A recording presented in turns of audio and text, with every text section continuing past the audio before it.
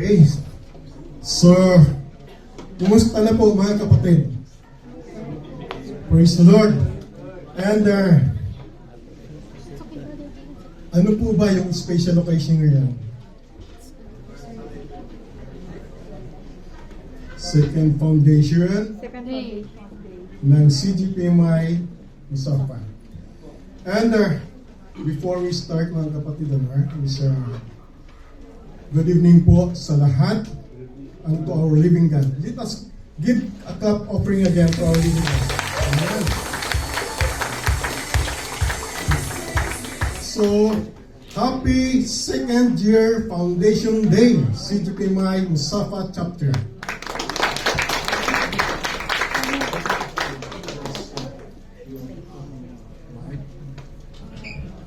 Praise. Okay.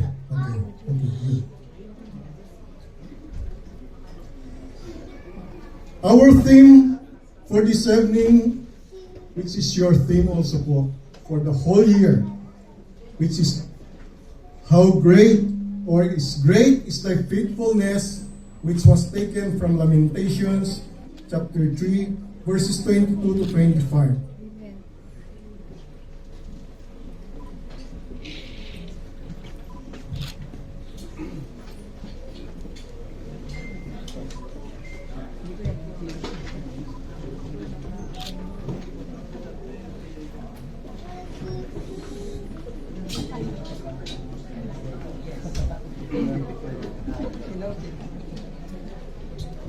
Okay, so ang title po ng ating pag-aaralan sa gabing ito is about Great is thy faithfulness, taken from Lamentations chapter 3 verses 22 to 25 from New King James Version. Let us all arise in reverence of reading the Word of God, and we will read all together. 1, 2, 3. Through the Lord's mercies we are not consumed, because His compassions fail not. They are new every morning. Great is your faithfulness. The Lord is my portion, says my soul. Therefore I hope in you. The Lord is good to those who wait for Him, to the soul who seeks Him. Yes, Lord.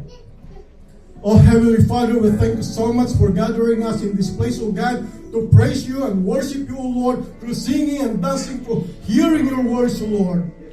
We invite, O God, the Holy Spirit be in the midst of us, O Lord, and He will be the one to guide and lead us, give us the understanding of your words this evening, O Lord. Work in us, O Lord. Work in us, O Lord. Especially your servant whom you will use this evening, O Lord. May your double anointing power be upon me, O God, as I deliver your words, O Lord. Make it simple in order for us to understand as an ordinary man, O Lord.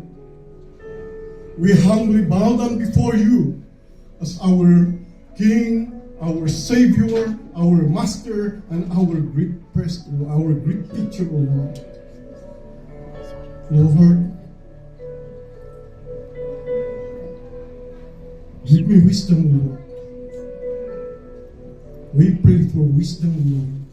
And global anointing power be upon me, be upon your people. That every word that comes up from my mouth is only from you, Lord. That each and every one of us be receptive of every message that you will impart this evening. Apart from you, we are nothing. So be with us, O Lord. Be with me, O Lord. In Christ's name we pray. Amen.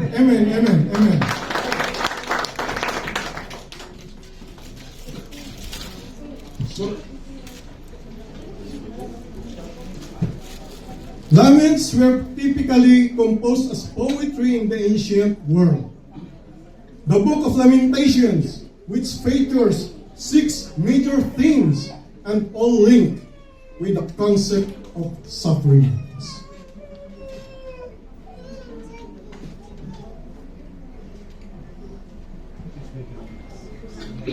Number 1, their suffering was the result of their sin. There is a consequence for every sin that we committed, that we commit. Their suffering, our suffering, was seen as coming from God rather than from men. God punished those who sinned against Him. Their suffering could direct them toward God. That's the time you seek God when you cannot endure the pain of your suffering. Suffering, tears, and prayer belong together. In your sorrow, you weep and pray to God for redemption. Prayer should always look for some ray of hope. Every prayer you utter to God will never put in vain. There is an assurance of hope. Your responsibility was to submit your sufferings patiently. Submit to God and surrender to Him, as God's mercy will never let you down. In the preceding verses, 20 to 21, Jeremiah had almost given up hope. He cannot do anything and seems no more chance from the heaviness he suffered because of the disobedience of the Israelites. Thereby, their punishment from the Lord came upon them. They were enslaved, tortured by their enemies after defeating them in the battle under Nebuchadnezzar of Babylon. But Jeremiah, he remembered something that restored his hope in verse 21. The mercies of God. The Lord's mercy that is always available to those who seek Him and turn to Him. His mercy endures forever and never let you down. If you return to God with a humble heart. There is hope because the Lord never changes. In Malachi 3:6 says, "For I am the Lord, I do not change. Therefore, you are not consumed, O sons of Jacob." Ang awa ng Diyos ay di mapapantayan ni numan because God's compassion remain forever. Kahit tumalikod ka man sa Kanya, kahit anong sama ng tao, we are all busy in all of our lives. Work, social media, vices, and so forth. Forgetting the source of everything, which is our Lord, Jesus Christ. You are not completely consumed. God will never let you down. As remnant of Jacob, a remnant with a promise of restoration from God because of His compassion will never fail. Remember that, my dear brothers and sisters. In your midst of severity of correction because of your transgression, how bad or cruel you are. If you are martyred before, serving, love of money, power, positions, still, our Lord's mercy and compassion never fail you and forgive your sins when you turn to Him. In Psalm 78:30 says, "But He, being full of compassion, forgive your iniquity. Yes, and did not destroy them. Yes, many times He turned His anger away and did not stir up all His wrath."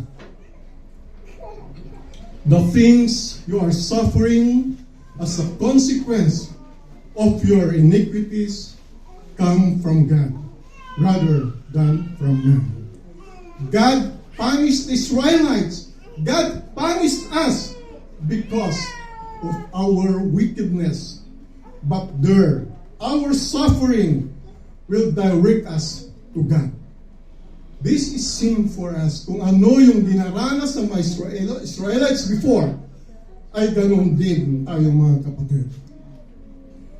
In our generations, that suffering were experienced by people because of their self-serving attitude, idolatries, vices, disobedience, and so forth. The disobedience of Adam and Eve in Genesis 2:16, 17 says, And the Lord God commanded the man, saying, Of every tree of the garden you may freely eat, but of the tree of the knowledge of good and evil you shall not eat. For in the day that you eat of it, you shall surely die. Okay? Ang ginawa po ni Adam and Eve, lalo na si Eva, kinain nila yung tree na yun na sinabi ng Lord na huwag kainin. Ikinain nila dahil na rin sa temptation na kagagawan ng Diablo, the serpent. Kaya ayun, napawalay sila sa Diyos at ang kamatayan, both physically and spiritually, ay kanilang nakamtan. Ganyan din po tayo mga kapatid, noong hindi pa tayo nakakilala kay Kristo Jesus, we are alienated from Him. Admit that you sinned against God. Turn to Him, and God will never fail you or never let you down completely. You can feel the comfort of being forgiven as God's compassion are new every morning. His faithfulness never fails. Every morning, kada umaga, God gives us hope in fresh mercies and compassion. We need a constant supply, and God has promised us to send them without fail. How bad your experience you have during the past day. Sudden loss of loved ones, work, the things happening in our country. Naandoon yung mga mahal natin sa buhay, whom they are battling the floods, earthquakes, volcanic eruptions, na talamak sa ating bansa because of the greediness of other people, hungry in power and love of money.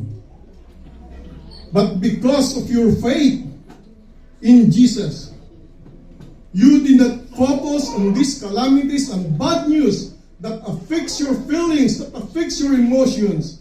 Instead, you fix your eyes unto Jesus, who gives you hope, and look to the new morning on the faithfulness of God.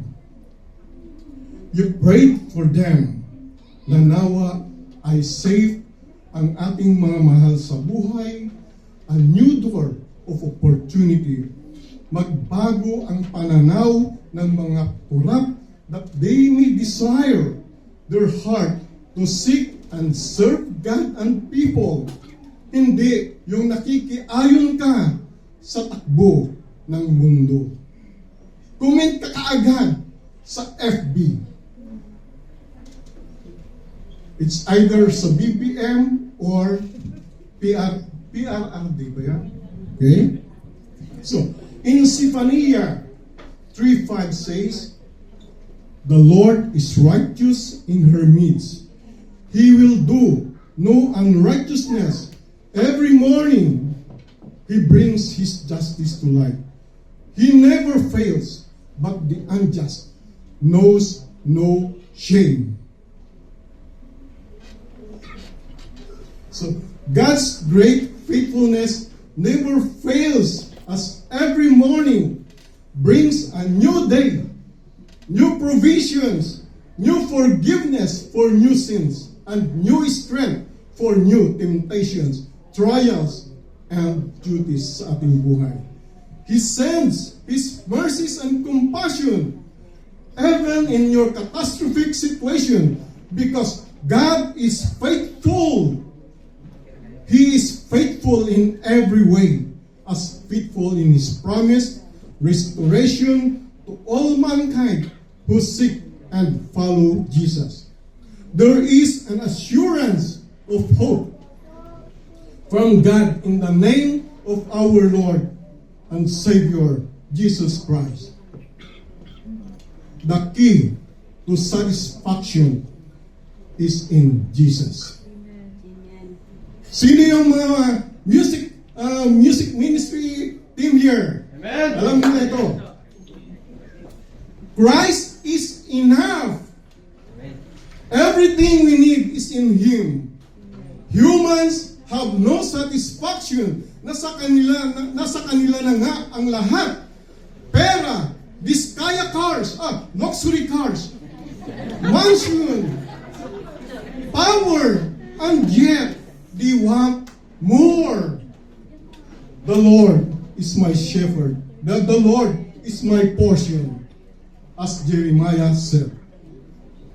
Kapag bahagi na ng buhay mo si Jesus, ay andoon yung kapayapaan mo kahit na anong dilubyo, hardship, difficulties, tragedies, and calamities na dumating sa iyong buhay is you keep on trusting God. Amen.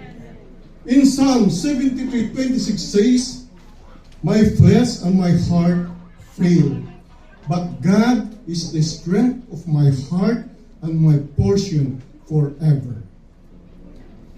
Kahit durog na ang iyong puso sa kahirapan, sakit na nadarama dahil iniwan ka ng BFF mo, iniwan ka ng asawa mo, iniwan ka ng boyfriend mo or girlfriend mo, your troubled heart, trials and temptations, but God will never fail you.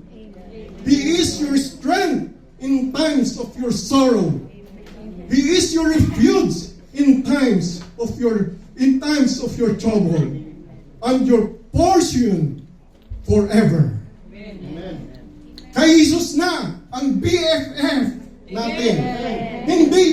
Hindi yung boyfriend mo or girlfriend mo. Hindi yung kaibigan mo, mga kapatid. You have an assurance. You have an assurance that there is hope in Christ Jesus.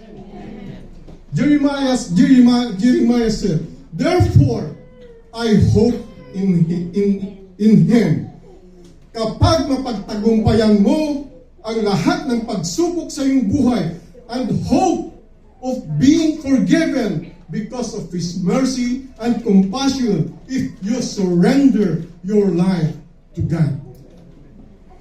God is faithful, true to His words, and never lies. God is good. God is good all the time to those who wait and seek Him.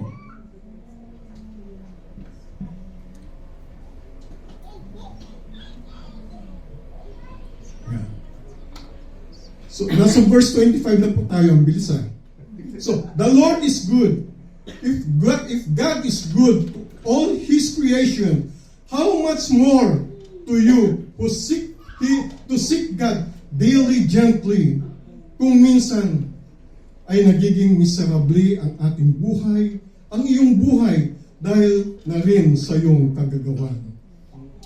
People don't truly seek God and wait for Him. They are waiting. The ayuda, they are waiting. The assistance from the government officials, especially during tragedy and calamity. Huli na lang ang Panginoon. So, sa paghahanap ng trabaho, ay ang unang pinupuntahan ang mga kaibigan, kakilala, mga kamag-anak na baka sakaling may pasok sila sa trabaho. They forgot the source of everything, which is our Lord Jesus Christ. Unahin mo muna ang ating Panginoon before anything else. As what it says in Matthew 6:33, seek first His kingdom and His righteousness, and all these things will be given to you as well. Memory verse na yan ng mga Kristiyano, pero nakakalimutan, nakakaligtaan na gawin.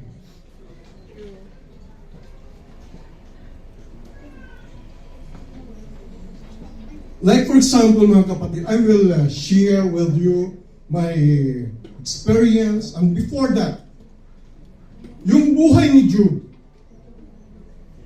Job was a blameless and righteous man. He feared God and shunned evil. He rejected evil. He was the greatest man among all the nation. His position was 500 yoke of oxen, 500 donkeys, 7,000 sheep, 3,000 camels, and a large number of servants. And mayroon siyang 7 anak na lalaki at 3 babae na anak. All were lost as God allowed Satan to test Job. Then additional suffering for Job. His wife abandoned him. His friends left him, and he incurred. He suffered from boils, yung pigsa, from to him. So makita po natin yung paghihirap, yung sufferings ni Job. Pero bakit pinarusahan ni Lord si Job? He was a blameless and feared God. Upang makita natin kung gaano kabuti ang ating Panginoon sa ating buhay. Kahit na anong hirap natin, don't lose hope. Trust in God. Grip Him. Kung humiwalay si Job sa ating Panginoon, anong nangyari sa kanya? He didn't waver his faith. He did not lose his faith in God. He kept on trusting God, and blessings overflowed sa buhay ni Job. Nadoble yung positions niya. Naging times 2. Yung 7,000 sheep, naging 14,000 sheep. Yung 3,000 camels, naging 6,000. At yung 500 yoke of oxen, naging 1,000. At yung 500 donkeys, naging 1,000. At ibinalik niya ang kanyang mga anak na 7 lalaki at 3 babae. Pero hindi niya kinuha, hindi niya binigay yung kanyang asawa. Because during the depression or sufferings of Job, sinulsulan pa si Job, yan ba ang Diyos mo? But Job did not follow what his wife told to him. He kept on trusting God.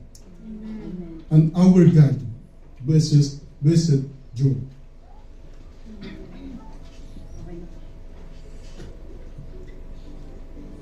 Sa akin po, actually, bago lamang po akong sa CGPMI Abu Dhabi, alam po ni Sister, ni Pastor Cathy, hindi ko po gustong maging pastor po. Yung mag-share ng kanyang word is enough na sa akin. But because of the will of God, wala po tayong magagawa kapag ang Panginoon na ang nangusap sa atin. Actually, 4 po kaming elders dyan. Ako na lang yung natitira since 2004. Meron pang isa, yung sa Ras Al Khaimah. Yeah. The Lord blessed me when I seek Him. Before is I am a member of ABS-CBN, mga kapatid. Alak, babae, sugal, cabaret, bar, and nightclub. Yan po yung aking buhay before. 7 years akong pinaglay hands ng aking wife. 3 years akong pabalik-balik sa Maynila, from Olongapo to Maynila, to apply for abroad. Hindi po niya ako binigyan ng pagkakataon. But when I seek Him, when I seek God, within 2 weeks' time, after I prayed, Lord, magkatapos na ng pag-aaral ang aking mga anak, masaya na ako. And God called me here in Abu Dhabi. I'm 44 years old before, so ibig sabihin is over age na, kaya siguro walang tumatanggap sa akin na magtrabaho rito sa abroad. But God can do miracles. Amen. We cannot, hindi po natin maarok yung kabutihan ng ating Panginoon sa ating buhay. August 2004, dito na po ako sa Abu Dhabi. September, tumanggap po ako sa Kanya. Nagtuloy-tuloy na po ako na mag-serve sa ating Panginoon. Then, nung COVID-19, April 29, 2020, I was terminated. 6 months, provisionary pa lamang po ako noon. Kaya, nung kasagsagan, nag-lockdown, they terminated me. April 20 na. I told to my family, maybe we will go now to Philippines for good. Dahil 61 years old na ako during that time. When I devote my time with the Lord, reading His Word, prayer, and worshiping Him morning and evening, morning and in the evening. One time, I cried out to the Lord, "Here I am, God. Send me, use me in your kingdom." After 1 month, sunod-sunod na yung tawag sa akin. Sunod-sunod na yung tawag sa akin. And God didn't allow me to go to Philippines for good. Last year, 2024, 1 year kaming walang trabaho, pero continuous yung sweldo namin. Ang hirap kaya magtrabaho na nagpukunwari, mas nakakapagod yun. Mas nakakapagod yun, mga kapatid. And now, dahil wala nang ang project ang aming company for more than a year. Last year, November, I landed a new job again. A new company. And until now, God provided me a new door again. Kaya mga kapatid, huwag kayong mawalan ng pag-asa as long as you trust our Lord. As long as you serve our Lord. Huwag niyong pong habulin yung posisyon. Hindi hanap, kung ikaw ay pastor, elders of the church, hindi naman itatanong sa'yo ni Lord kung anong posisyon mo. Tatanong sa'yo, what have you done while you are on earth? Yun po ang mahalaga.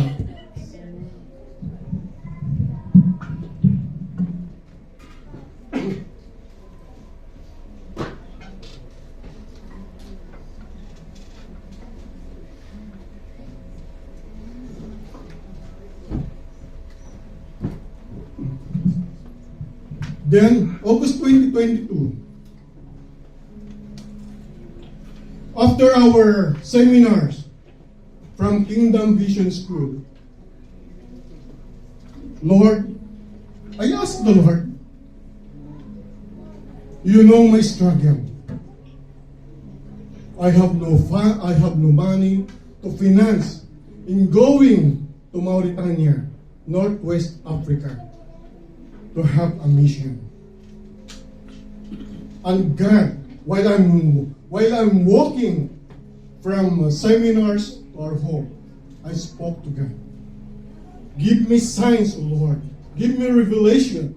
If this is your will, O God, na makarating po ako sa Mauritania to share your words. That's it. Your will be done.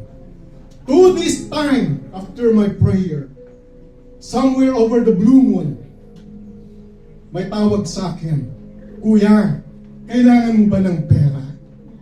Of course! Sino ba naman ang ayaw ng pera? Okay, within 5 days, you will receive a call from attorney or yung assistant niya.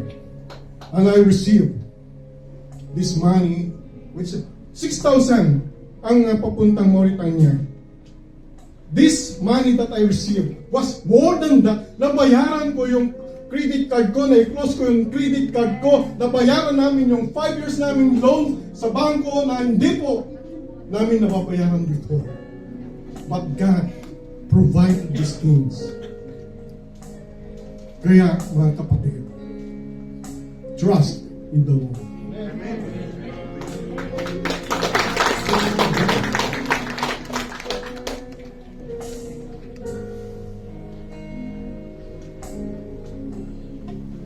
Five minutes lang po.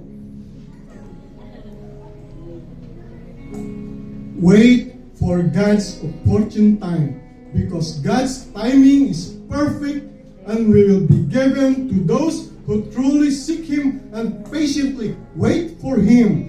Marami pong napapahamak pagpadalos-dalos ang desisyon without the revelation from God. Speak to Him. Pray to our living God without ceasing, and God will direct your path to the right direction upang maging smooth ang takbo ng iyong buhay, ang takbo ng isang iglesia, at takbo ng isang pamilya. Sometimes, we fail and rebel against people and God because of pride, sins committed, but God is faithful, full of mercy and compassion. He will never fail you. Seek Him in your heart. Seek Him in your life. But do not make this as a past of continuing in sin, as Paul said in Romans 6:1-2. What shall we see then? Shall we continue in sin, that grace may abound? Certainly not. How shall we who died to sin live any longer in it? So you should never live in sin anymore. Dahil kasama na nailibing ang iyong kasalanan by the time you accepted Jesus Christ in your life. You do not belong to LBC anymore. What do you mean by LBC? Lonely Boys Club, na kung saan nandun yung namimighati ka, nalulungkot dahil iniwan ka ng boyfriend mo, iniwan ka ng girlfriend mo, ayun, tumakbo ka sa kumukutitap na lugar. But praise God, you are here, you are seeking God in your life. You do not belong to LBC anymore, my brothers and sisters. But deliver you with FOC. Sino yung mga salesman dito? They will deliver you free of charge. The devil cannot charge you anymore of your past sins, because Jesus is now living in you. So ang kasalanan po ay binayaran na ni Jesus upang dying on the cross. Since si Jesus na ang namamayani sa iyong buhay, ay andun na yung pagtitiis, pagtsatsaga na maghintay from God's redemption of your suffering and hope, which is worth waiting for in Christ Jesus. How great is God's faithfulness to you, to this church, and as well as the CGPMI, 28th year of CGPMI Middle East. Amen? So let us give a clap offering to our Lady God. And a conclusion. All of us will experience the wrath of God if we disobey His words and follow our own desires. God's purpose for all His creation is to worship Him forever, live with Him forever, and serve Him forever. But it was not fulfilled because of our stubbornness. Our relationship with Him was destroyed, and we are alienated from His presence because of our sins. Thereby, we suffered as a consequence from our doings in the eyes of God. But always remember the promises of God that His mercy and compassion will never fail. He will never let you down or completely destroy you from your suffering, because God's compassion and faithfulness never fail. Return to Him with a humble heart and surrender your life to Jesus. There is an assurance of hope from God in the name of Jesus, our Lord and Savior, because He is good all the time to those who wait and seek Him with all their heart, with all their mind, and with all their strength. God, with the peace of God, hope and mercy be poured out unto you. God bless us all. Let us all stand. Bless the Lord. Oh, Heavenly Father, we thank you so much for your message to serve you, O Lord. Lord, always remind us that you are here, O God, in our life, O God, that you will never leave us nor forsake us, O God, that you will never fail us, O God, in times of our trouble, in times of our sorrow. Always remind us that your goodness, faithfulness is always there, O Lord. Thank you, Jesus. Thank you, Lord, for your goodness and faithfulness. This we pray in Christ's name. Amen, amen, amen.